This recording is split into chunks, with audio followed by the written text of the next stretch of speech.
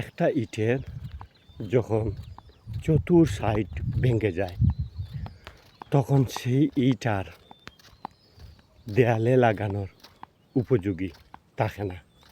সেই ইট একমাত্র কংক্রিট বানানোর উপযোগী হয়ে যায়।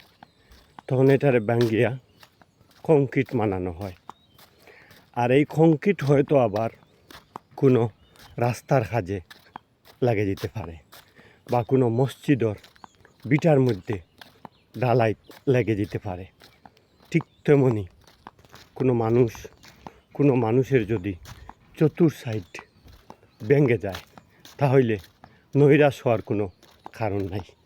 ঠিক যেমন এই কংক্রিটের মতো হয়তো মসজিদের বিটার মধ্যেও প্রয়োজন পড়তে পারে, কাজে লাগতে পারে। হয়তো টয়লেটের মধ্যেও টয়লেটের বিটাত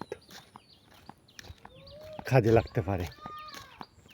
শুধুমাত্র আপনার বাদবাকি আপনার ইচ্ছা, আপনি কোন দিকে যাইবেন। দুঃসালা।